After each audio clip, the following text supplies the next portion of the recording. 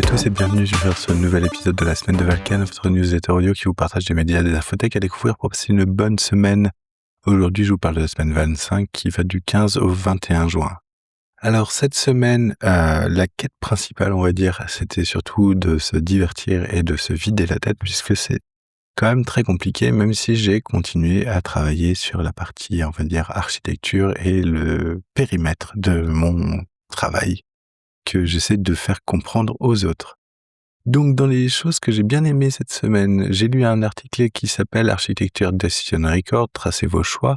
Un excellent article, à la fois complet, très simple pour comprendre en fait.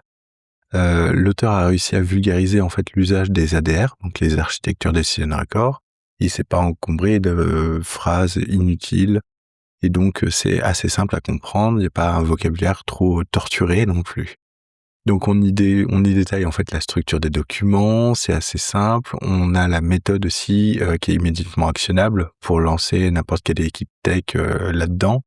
C'est vraiment une lecture que j'ai appréciée, notamment pour essayer de documenter le pourquoi des choix d'architecture et pourquoi il y a eu des changements. J'ai écouté aussi l'épisode de podcast Faciliter la vérification de l'information avec Florian Gauthier du projet Vera. Donc c'est un épisode entre la chaise et le clavier que j'ai trouvé assez passionnant et assez indispensable puisque face au développement massif des fake news, notamment dopées à l'IA, en fait là on a un outil d'utilité publique, le projet Vera, qui va permettre d'avoir non seulement du fake checking, histoire de voir si c'est une fake news, etc., mais en plus ça va permettre d'avoir plusieurs sources qui vont être diversifiées en termes de couleurs politiques et vont avoir la possibilité d'intervenir là où l'infox circule, notamment WhatsApp, Instagram, etc. Donc c'est plutôt pertinent comme approche, je l'ai trouvé. Donc j'ai trouvé ça plutôt cool. Et donc moi, je suis assez partisan de ce genre d'initiative. Dans la série divertissement, j'ai continué Primal Hunter, j'ai terminé le tome 13. Ça confirme vraiment tout le bien que je pense de cette saga. Toujours très très bon de se plonger là-dedans. Et j'aime bien l'évolution de Jack, qui est exactement en fait ce que j'ai besoin pour m'évader, recharger ma batterie un petit peu. Ça reste ultra efficace et voilà, c'est une lecture qui, au bout du 13e tome, on peut dire ouais, c'est un peu une lecture doudou.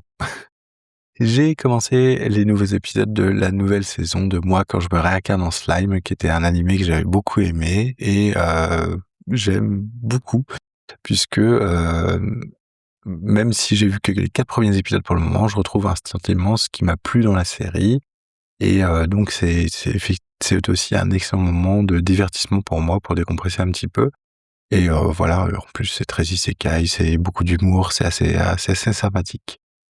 Dans les choses que j'ai trouvées plutôt bon, j'ai lu le webtoon The Beginning After the End. Donc on y suit l'histoire du roi Grey, un souverain solitaire et puissant dans un monde futuriste axé sur les arts martiaux. Et après une mort mystérieuse, il se réincarne sous le nom d'Arthur Lewin dans un monde médiéval fantastique régi par la magie. Donc c'est assez fun, c'est assez sympa, ça se lit bien et ça permet de bien vider la tête. J'ai écouté l'épisode de l'architecte avec David Berthier des podcasts et les artisans développeurs. J'ai trouvé que c'était un bon épisode pour repenser un peu le rôle de l'architecture moderne.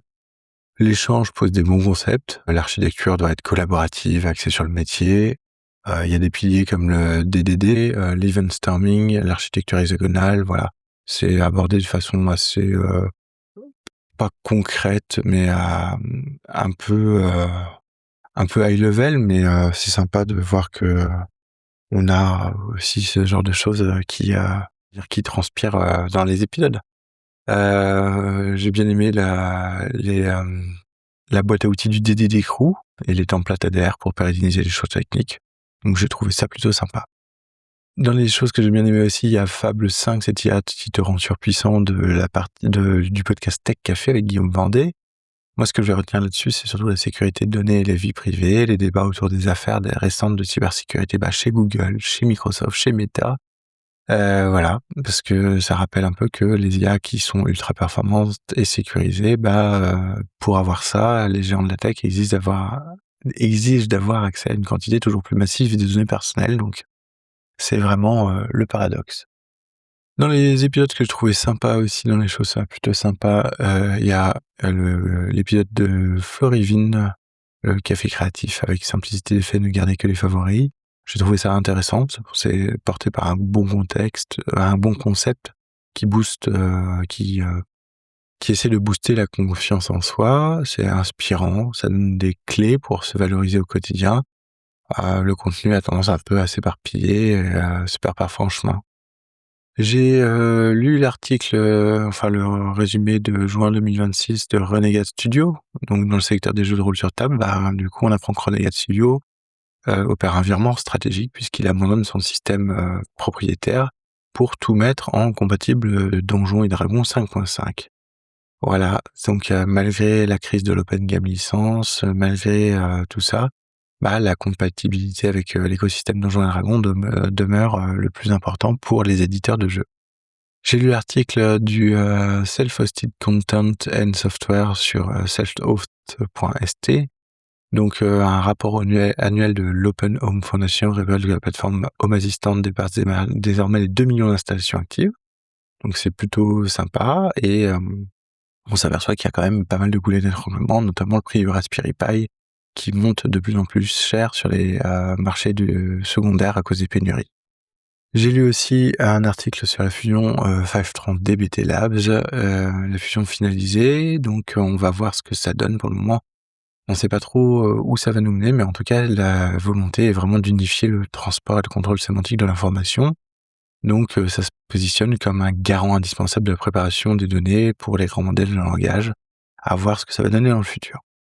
Voilà, c'était tout pour cette semaine. J'espère que vous allez trouver des choses qui vous intéressent. En tout cas, je vous dis bonne semaine et à la semaine prochaine. Allez, salut!